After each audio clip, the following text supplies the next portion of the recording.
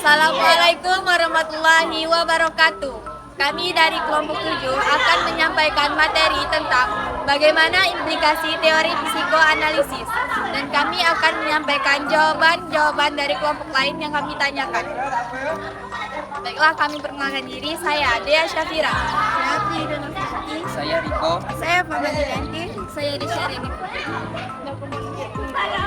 Oke, kali ini saya akan menjelaskan pengertian dari teori psikoanalisis. Teori psikoanalisis klasik merujuk pada istilah yang dipopulerkan oleh Freud. Secara garis besar, teori ini menyatakan bahwa ketidaksadaran pada individu memiliki peran yang utama dalam diri seseorang. Dengan landasan teori ini, Freud melakukan pengobatan mereka yang menderita gangguan psikis. Tingkah laku manusia justru didominasi oleh alam bawah sadar yang berisi ID, ego, dan superego. Teori psikoanalisis atau psikoanalistik teori menyatakan bahwa perkembangan terutama berlangsung secara tidak disadari dan sangat diwarnai oleh emosi.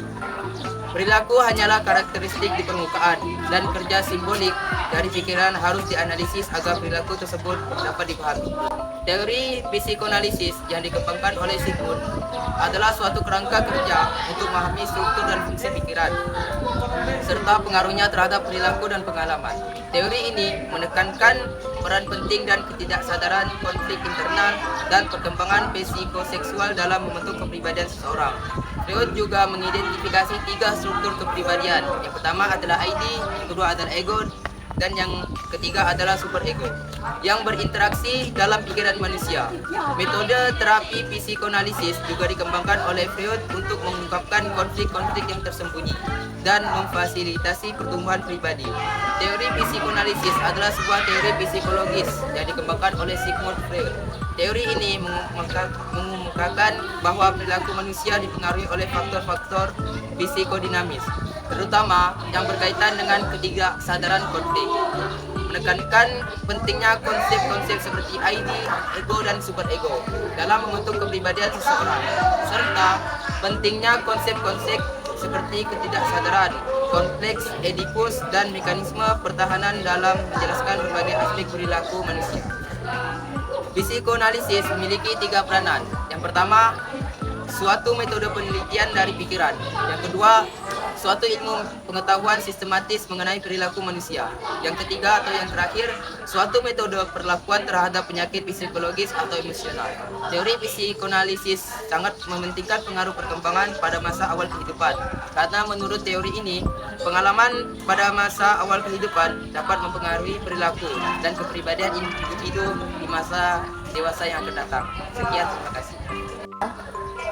Saya akan membacakan hasil wawancara dari kelompok-kelompok lain. Yang pertama dari kelompok 2. Apa maksud dari kemunduran atau penurunan dalam pencapaian yang sebelumnya telah dikuasai? Kemunduran atau penurunan dalam pencapaian yang sebelumnya telah dikuasai adalah ketika seseorang atau suatu kelompok mengalami penurunan dalam kinerja atau kemampuan setelah sebelumnya mencapai tingkat yang lebih tinggi. Hal ini bisa disebabkan oleh berbagai faktor, seperti kurangnya latihan, kehilangan motivasi, atau perubahan dalam lingkungan atau kondisi eksternal. Selanjutnya dari kelompok 3. Mengapa perkembangan spiritual seringkali melibatkan pencarian identitas, penerimaan nilai-nilai, dan eksplorasi mana hidup yang lebih dalam? Perkembangan spiritual seringkali melibatkan pencarian identitas, penerimaan nilai-nilai, dan eksplorasi makna hidup yang lebih dalam, karena aspek-aspek ini mencerminkan perjalanan yang mendalam dalam memahami diri dan tujuan hidup. Pencarian identitas membantu seseorang memahami siapa mereka sebenarnya. Di tengah komplikasi kehidupan, penerimaan nilai-nilai mengarah pada pengakuan dan penerimaan terhadap prinsip-prinsip yang dianggap penting oleh individu, yang membentuk dasar bagi perilaku dan pandangan mereka terhadap dunia. Eksplorasi makna hidup yang lebih dalam membantu dalam menemukan tujuan hidup yang lebih besar dan memberikan orientasi yang lebih jelas dalam menjalani kehidupan sehari-hari. Yang terakhir dari kelompok 6. Bagaimana dampak bagi seseorang anak jika ada penahanan saat ia ingin mengekspresikan perasaan mereka?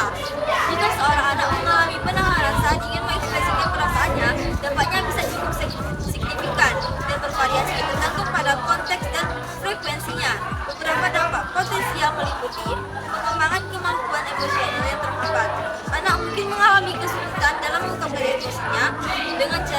karena mereka belajar bahwa perasaan mereka tidak valid atau penting.